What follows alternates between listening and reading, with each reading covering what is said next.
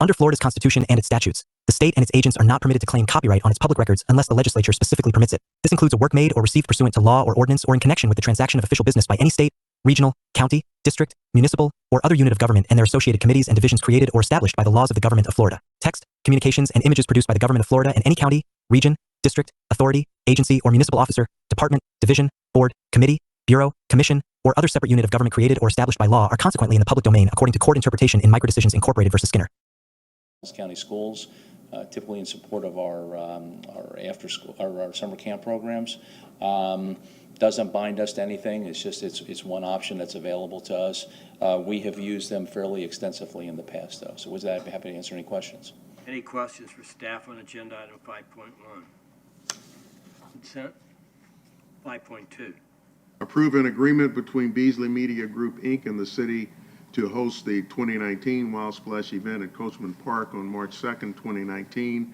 Approve a reimbursement payment to Beasley Media Group, Inc. from ticket sales made during the event and authorize the appropriate officials to execute same. Mr. Dunbar again. Again, a typical annual item that we bring forward. City takes in basically all the revenue from the event through our ticketing agency. So this allows us to settle up with Beasley after for their share of what they're entitled to. So I think last year it was probably a little under $50,000 is what the payout was, but it could vary from year to year, so we make sure we get this into you in advance. So with that, happy to answer questions. 5.2. Consent.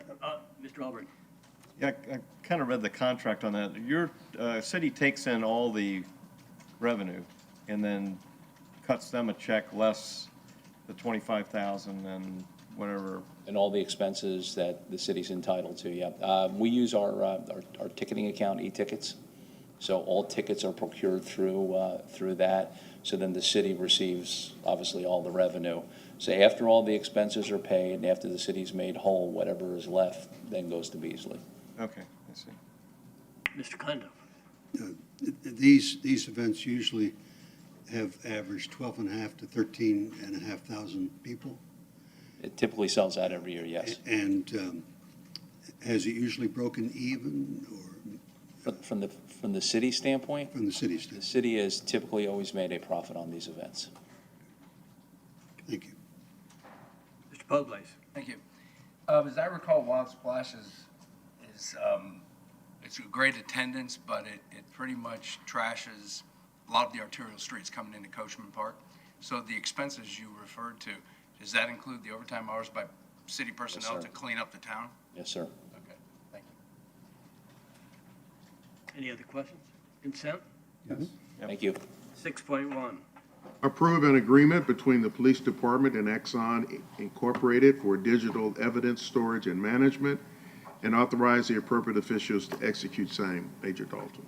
Major Dalton Police Department. The police department's had a historical challenge with regard to the storage of physical evidence, which could be stored digitally. We're talking about documents, anything that could be scanned digitally, videos, things of that nature. And that creates inherent difficulties with the items being stored in different locations within the police department for records retention, things of that nature.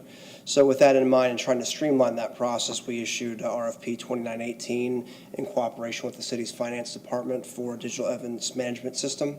The aim of that system was to determine or to locate a CGIS compliant platform which would allow us the ability to share information, to look at records retention issues so we could address those more appropriately, ability to connect with both Apple and Windows computers that had audit functionality, as well as a public platform for us to receive information from the public should there be a case that would garner attention.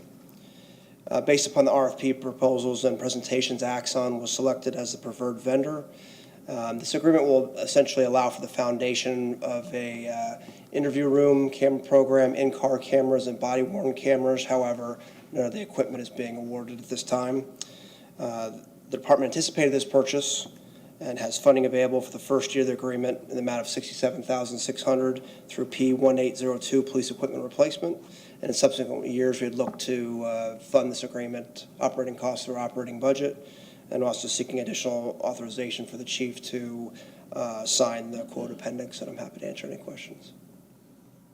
Questions on 6.1? Mr. Cundiff. So as I understand, you have enough money in the budget for the first year's Correct. We costs. would seek to put subsequent years into our annual operating budget. And so where would the 338,000 come from, or minus the 67,000? And it's yearly 67,600, so we look to build that into our operating budget in subsequent years. This year, we already have money in place for it. It's a general fund expense.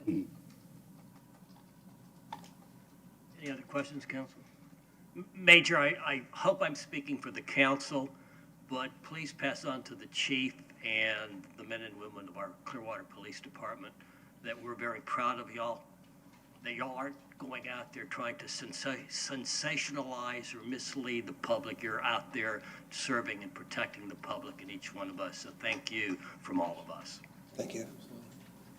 Consent on agenda item 6.1? Please. 7.1. Award a construction contract to Preferred Materials, Inc. of Tampa, Florida, in the annual amount of $2,300,000 for 2019 citywide roadway resurfacing project based on unit prices with an option for three one-year renewals, and authorize the appropriate officials to execute same. Mr. Johnson. Roger Johnson, Engineering Department. The Engineering Department is responsible for planning and implementing our street resurfacing project. Annually, we do about 10 to 12 miles. This contract will allow us to kick off with a new vendor, a new contractor, get things started for the 2019 plan. It also gives the option, as Mr. Horn said, for 3 one-year annual renewals. Any questions? Any questions on 7.1? My typical, this is a not to exceed number, correct? It's a unit-based price, unit price-based contract. So we're not entitled to pay all 2.2 million. Right. It's based off of the unit prices, yes. Consent? Yes. 7.2. Award a construction contract to Precision Sidewalk Safety Corporation of Ocala, Florida, in the amount of $150,000 for repair of sidewalks in accordance with City Code of Ordinances, Section 2.564(1)D, other government entities bids, and authorize the appropriate officials to execute same. Mr. Johnson again. I have Substituting. an elbow here. Anyway. Substituting. Oh. This contract here is to Precision Sidewalks. This is tag teaming with our Parks and Rec Department, trying to get rid of as many trip hazards as we can on our sidewalk program. What Precision does is they have a specialized service. Instead of grinding down or removing the panels and replacing them, they have special services that horizontally cut them. So they have a specialty service, and that's what this contract's for. Questions? Questions? Anybody? Consent? Yes. Thank you. 7.3, Approve a work order for GAI Consultants, Inc. for design of Cleveland Streetscape Phase 3 reconstruction in the amount of $427,555, and authorize the appropriate officials to execute same. Mr. Schoberg. Good morning. I'm Elliot Schoberg, the Stormwater Utility Manager for the City of Clearwater. This project began as a streetscaping project with the intent of replacing the existing storms, sewer, water, and reclaim utilities, but not reconstruction of the roadway. During the development of the streetscape portion of the project, there was additional utility and grading issues that were identified. The narrowing of the street and streetscaping features would result in geometry changes to the roadway that would cause drainage and drivability issues. The streetscaping plans are nearly complete, but the underground portion and elevations need to be designed to resolve the drainage and drivability issues. The completed project will result in a new roadway and utilities that will provide many years of service to our residents. And with that, I'm ready to answer some Any questions. questions on 7.3? Consent? Yes. yes. 7.4. Approve a work order to Engineer of Record Brown and Caldwell in the amount of $142,535 to provide design and bidding services for Marshall Street water reclamation process control gate repairs, and authorize the appropriate officials to execute same. Mr. Brown. Good morning. My name is Jeremy Brown, the Engineering Manager for Utilities. This project will repair and or replace some of the control gates at the Marshall Street Water Reclamation Facility. The control gates basically allow plant operators to balance the flow rates into the various aeration tanks, and it also allows them to isolate the tanks for maintenance. I'm happy to take any questions. Any questions on 7.4? Consent? Thank you. 8.1. Approve the agreement between Phillies Florida LLC and the City of Clearwater Fire and Rescue Department to provide emergency medical services at Spectrum Field for 2019 baseball events as outlined in the agreement, and authorize the appropriate officials to execute same. Chief Ehlers. Good morning, Mayor, Council. This request is for your approval to approve the agreement between the Phillies, Florida and the City of Clearwater Fire Rescue. This is our annual agreement between the two to provide EMS coverage at Spectrum Field for not only the Phillies training, but also the Thrasher games and other special events that occur there. This agreement does reflect the increase of the current contract rates. Any With that. Any questions for staff on 8.1? Chief, help me out. I know a few years ago, the Phillies used an outside, a third party. That is correct. That is correct. So, we appreciate their, working with us on this. It just shows another example of how the Phillies support the community in ways that a lot of us don't even realize. Yes, sir. Thank you, sir. Consent? Yes. 9.1. Approve a development agreement between Decade Properties, Inc., property owner, and the City of Clearwater, providing for the allocation of 27 units from the Hotel Density Reserve pursuant to Beach by Design, adopt Resolution 19-03, and authorize the appropriate officials to execute same. Mr. Perry. Mark Perry, Planning and Development. There's been no changes since the last work session and last council meeting with regard to the conceptual site plans or the conceptual elevations. Additional sheets were added highlighting the location of interior corridors and how that would work. So that is an addition, but it doesn't change the concept plans or the elevations. There were a few changes to the development agreement that I'd like to highlight. Based on last month's council meeting, we've added a limitation of bar service, section 6.1.11 of the development agreement. Alcoholic beverage sales are basically limited to incidental sale of beer and wine only, out of coolers and things like that. 6.1.12 specifies that parking spaces are only available for guests of the hotel and for users of the marina component. 6.1.13 lists things like that. We made a change to our existing language. Typically, development agreements are in effect for 10 years. We've upped that to 20 years. And we've taken the typical language in our development agreements for hotel density allocation with regard to limitation of amplified music, and it basically says there'll be no outdoor amplified music at the project at any time. Prior agreements would have time limitations. So that's in addition to the other changes that we had made previously that dealt with limitation of the marina facility and how that's allowed to operate. If there are any questions. Any questions for staff on 9.1? Mr. Albright. Yeah, do you know if the two sides have gotten together yet and actually talked about some kind of negotiated settlement? I'm not sure. I haven't been informed of anything. I don't know. If I may, Pam Aiken, I spoke to Mr. Ongst Friday, I believe, Friday afternoon, and he has made the offer to meet with them through their attorney twice, one in, I think, January 18th or 19th, and then late last week. He has not, as of Friday afternoon, he had not heard back from the attorney.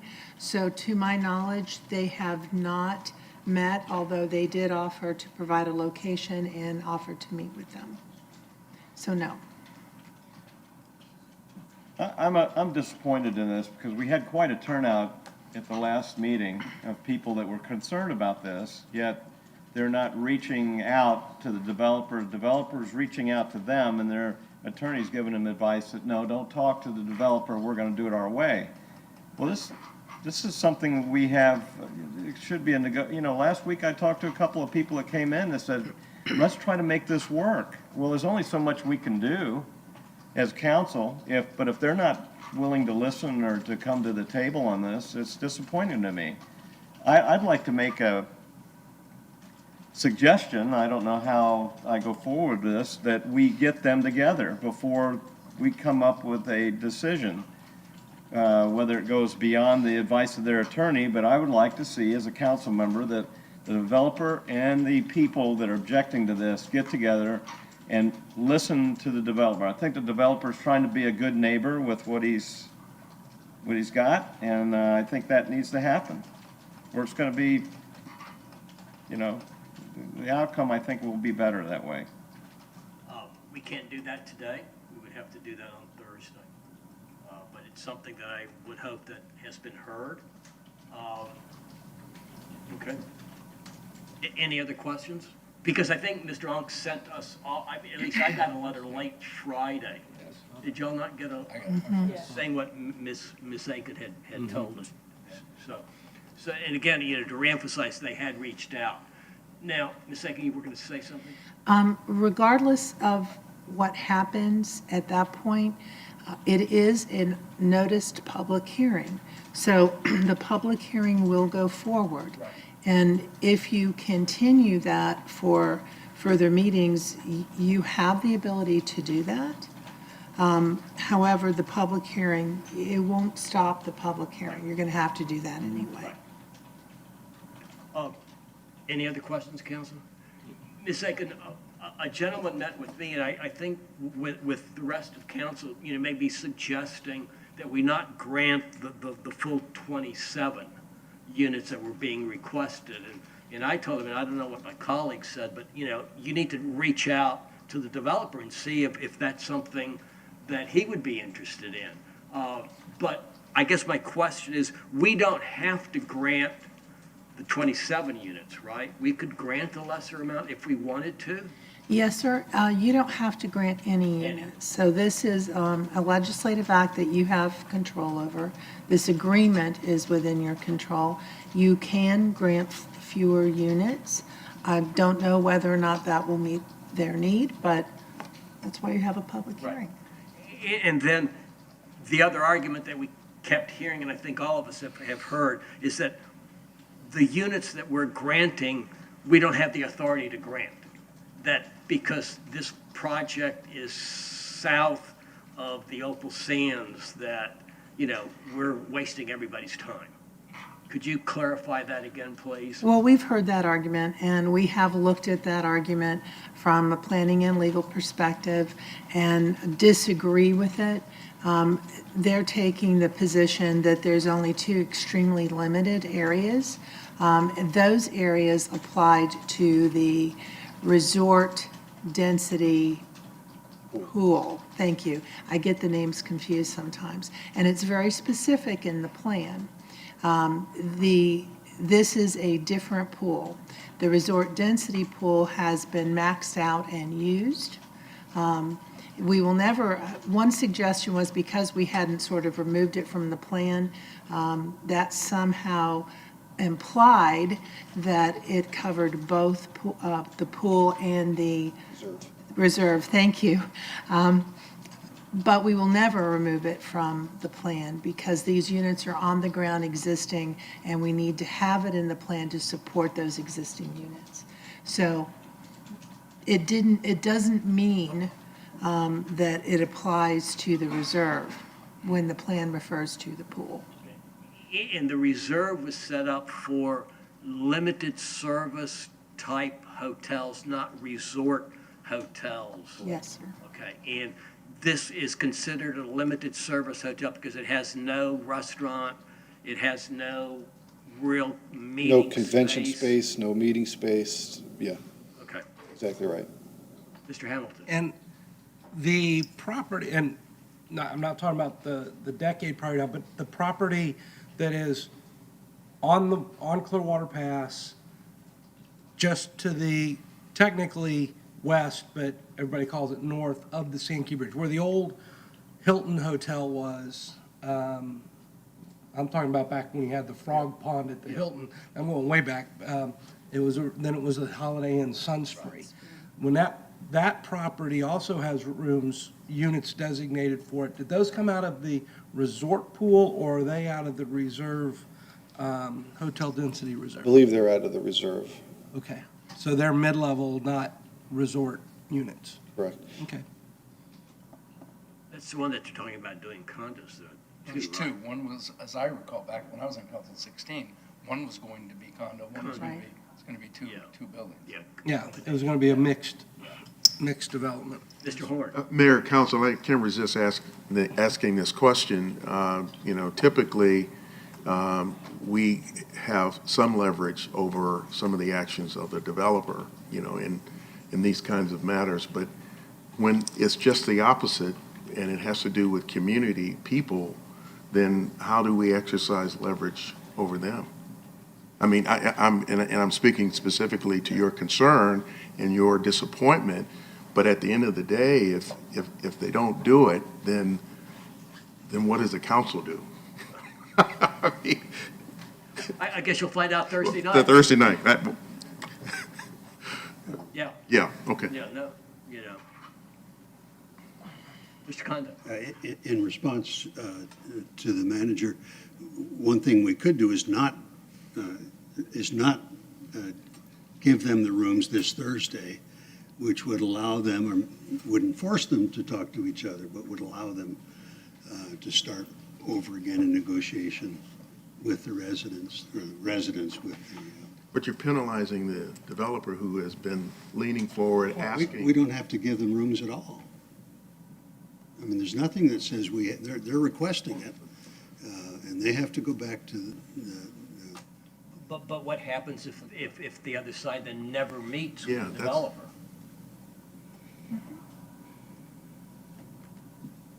Well, it's a big what if, and we don't know. Yeah. Well, I mean, bottom line, the developer in this, the owner of the property has the right to operate the property and/or develop the property based on what the zoning and what our rules and allowances dictate. And to be honest with you, this property has followed all of those rules. He's totally within he's not asking for anything that no one else with that property designation and everything else is allowed to do, and has basically done everything asked. Every issue that's been brought forward, he's addressed that and made the concession necessary to say that won't happen, this won't happen, and everything else. Don't know what else the developer himself can do to appease the community, especially when the community is not willing to meet and talk. So we'll see what we do Thursday night, but it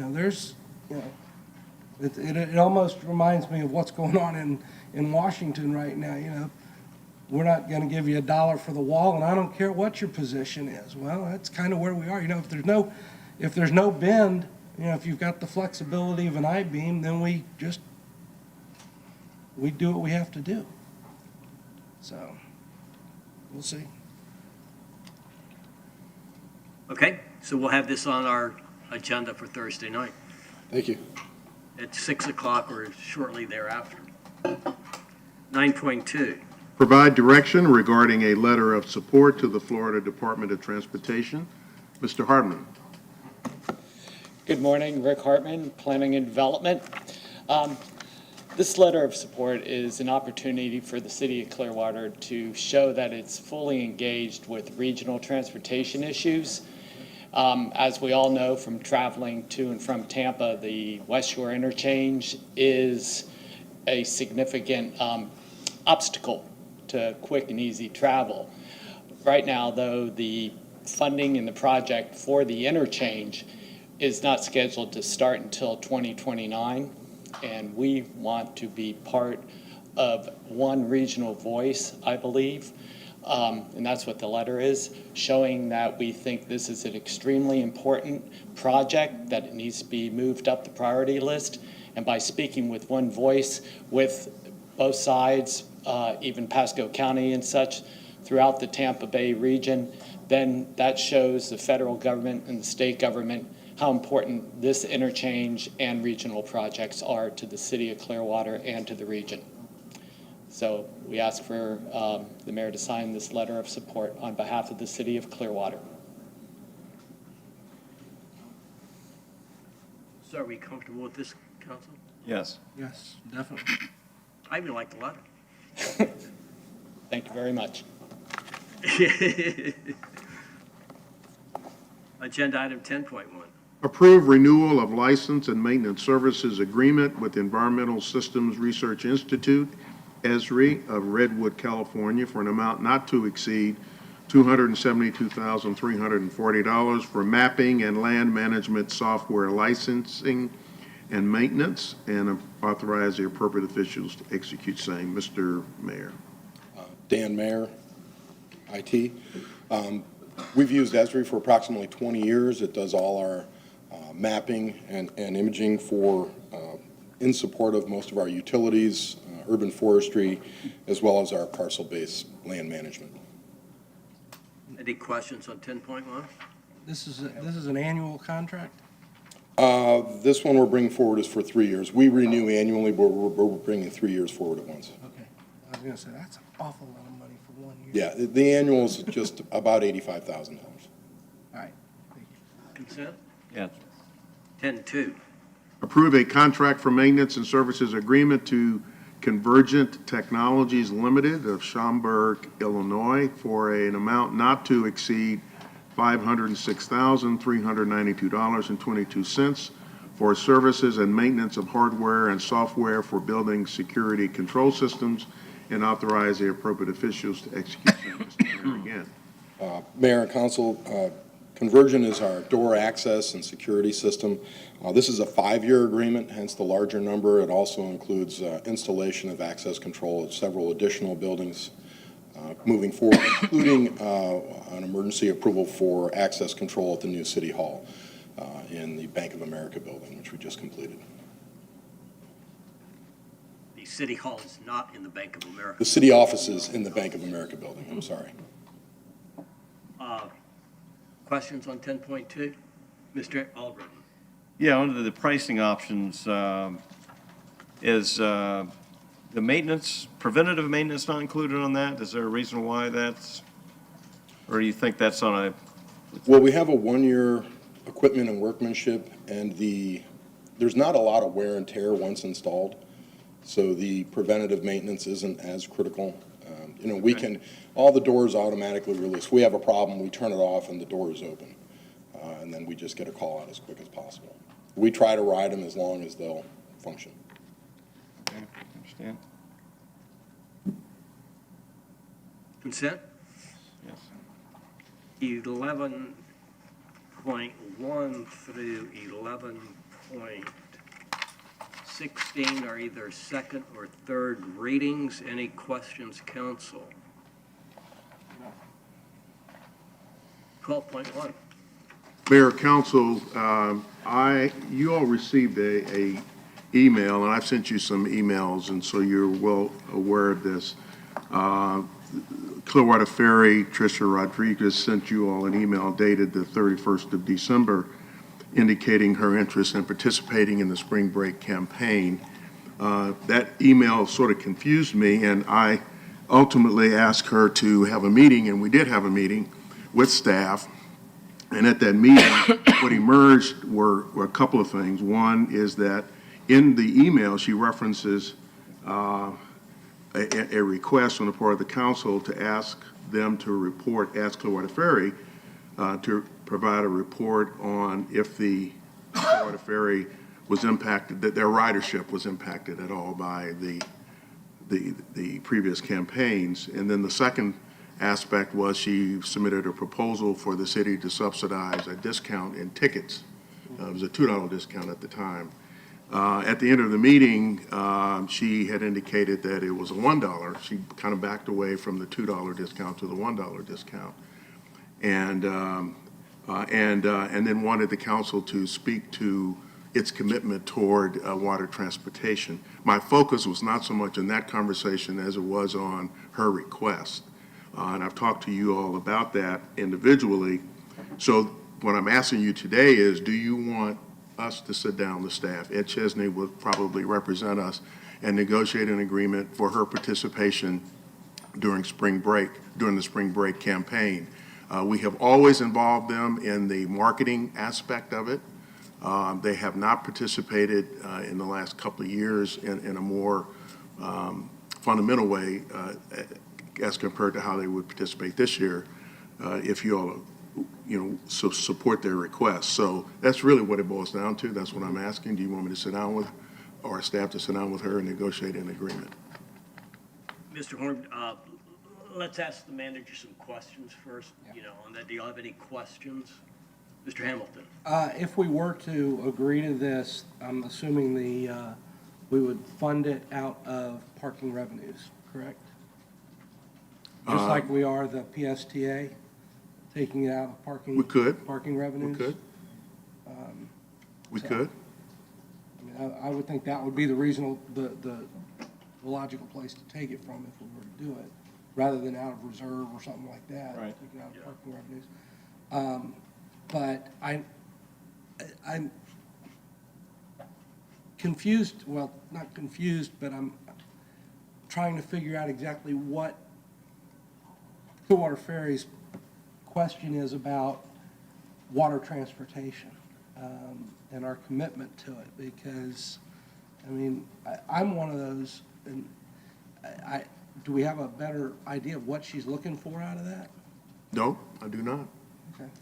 I'm almost wondering, let me try to answer, and I don't know, but I'm wondering, you see Pinellas County, Hillsborough, Tampa, and St. Petersburg had contributed, I think this last year, $150,000 to that ferry. But that amount had gone down. Initially, it was $300,000, $400,000 each. So they reduced it. Plus, they get revenue in return, come back to them after they meet a certain threshold. So, I don't know whether she's going down that path where she wants an annual subsidy, from us to keep their business going. And I guess my question is, what is this $32,000 roughly, what is she going to do with it? Is it just going to help reduce her costs? If she gets more, if Clearwater Ferry gets more ridership, does some of that money come back to us? I mean, we're already subsidizing it in effect when we provide for free parking, right? Because we provide free parking for the people who use the ferry now at our lots, all week long. Yeah, not just on the weekend. So, I like with Mr. Hamilton, I'm trying to answer the question, but I also don't know the answer as to what she's looking for, what Clearwater Ferry is looking for. But I have a problem giving them the money because we didn't do an RFP. There may be somebody else, and here it's a for-profit business that, we're going to subsidize, and they've done a great job, but is that going to stay here in Clearwater? Are they going to use our contribution to expand their services to other communities? As far as I know, it's really focused on the campaign itself, getting people from here to the beach. I can't speak to anything beyond that. Are they adding more vessels? They will. She did indicate that they would add more boats to address whatever the capacity demand would exist at the time. Mr. Puzzle. Thank you, Mayor. And that's where I'm coming from. It's about, the whole reason we entered into agreement with PSTA to subsidize trolleys was to make it convenient and enhance the tourist experience by giving them free trips to and from the beach. So considering that strategy, I'm willing to be able to do that similar thing, enhance the tourist experience by offering an alternative mode of transportation, but it has to be about capacity. They have to be able to add more capacity. So to subsidize it for the same 3 boats, and I'm going to use the Outback Bowl as an example, we left lines of people on the dock because they didn't have the capacity. So if we're going to enhance tourist experience, it has to be to increase capacity. So, I mean, spring break we need maximum capacity, and 3 boats is not going to do it. The trolleys put in an additional 6 routes on the road. So I'm of the position where I would like to be able to bring them in, even though they missed the deadline due to confusion or missed whatever that reason was. But I'd like to at least have that discussion with them, and if they can increase capacity to give people the option of not waiting on the bridge, then yes. Figure out what that looks like with more boats, and what the actual dollar cost is. But to just subsidize their routes for $1 a ticket, I mean, it's about capacity for me. Ms. Egan, did you want to add something to what, or clarify? After the councilman, I just have a Mr. Albright. comment. Yeah, I'm all for helping out with the spring break traffic, getting people to the beach. And, you know, I told Trish, I mean, you take a trolley, you're going to be stuck in the same traffic as all the rest of the cars. You take a ferry, you're going to get over there in 15 minutes. You're not waiting in the big line. So she has an advantage when you really think about it off the bat, that first of all, you're taking a boat ride, which is a lot more fun going to the beach and coming back. So, but I don't want to leave her out as far as, I've been real proud that she stepped up and actually got this going. So the dollar seems to fit more with me than the $2 on that. But I think we just ought to open it up for negotiation and talk again to her about really what she wants. Mr. Kondo. I would agree with the last 2 speakers. One of our goals is to try to use all means of transportation. And from Tricia's point of view, she wants to know from us that we're committed to water transportation. And and especially during spring break, she wants to be part of the solution.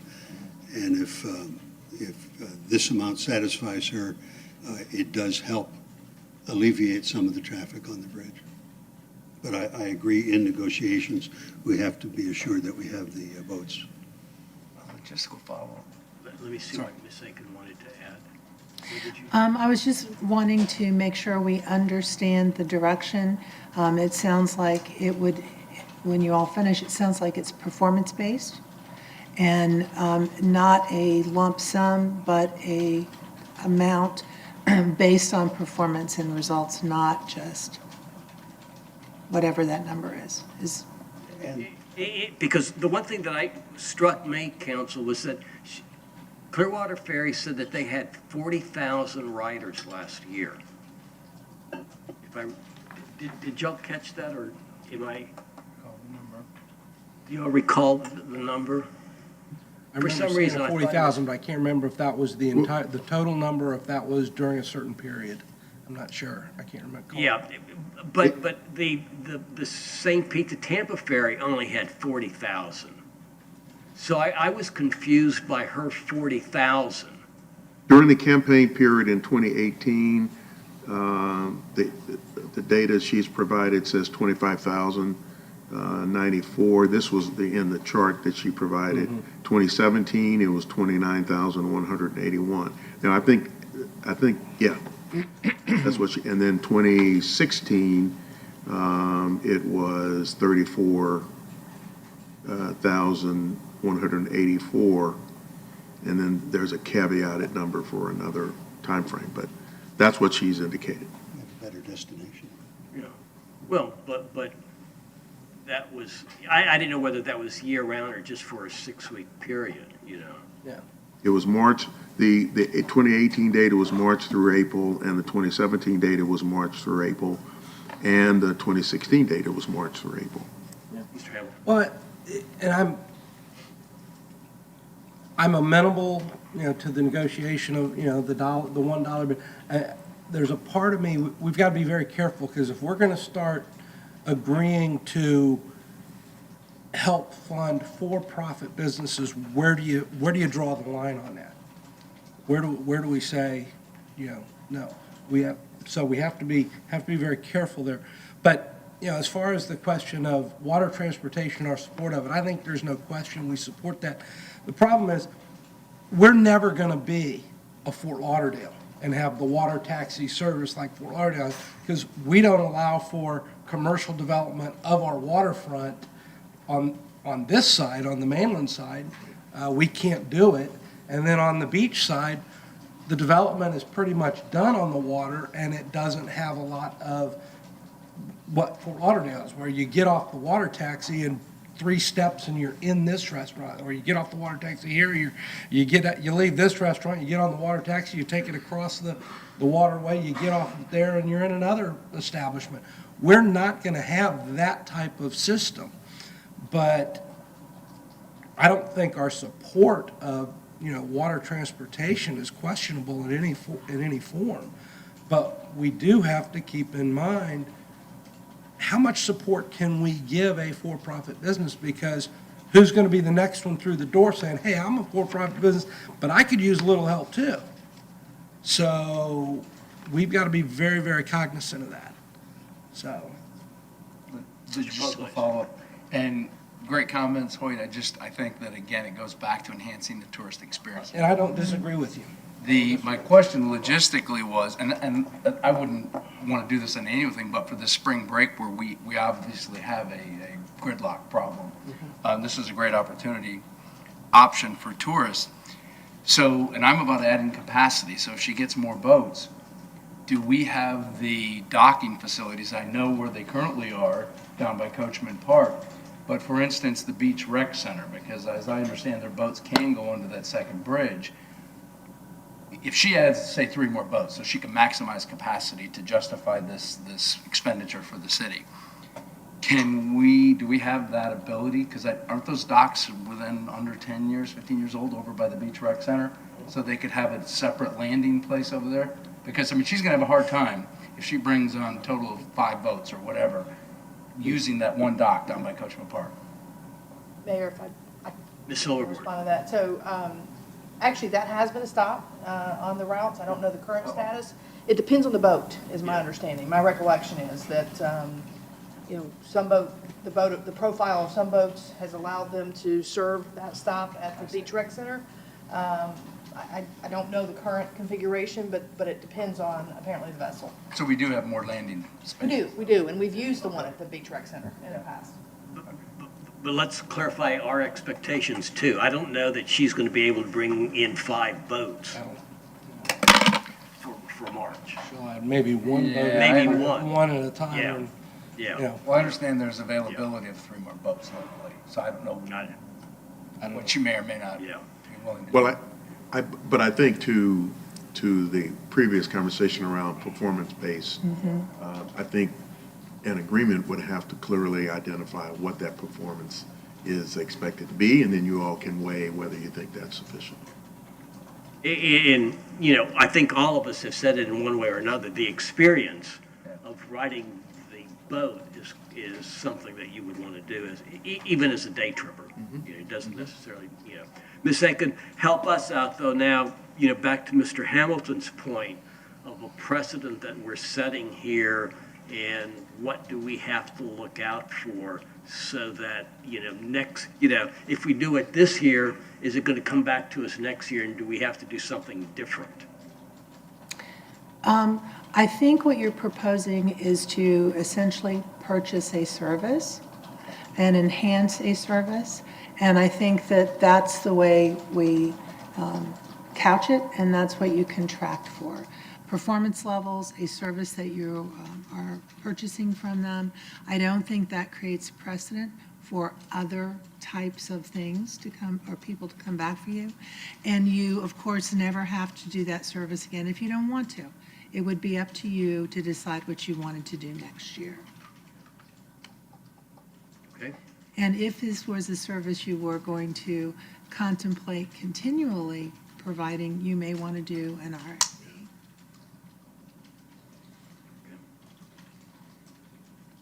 We okay? Yep, I think we're good. I think so. Pam? That's it. Okay. All right. Any other concerns, council? If not, our meeting starts Thursday, February the 7th at 6 o'clock. We are adjourned. That was good. Good work, George.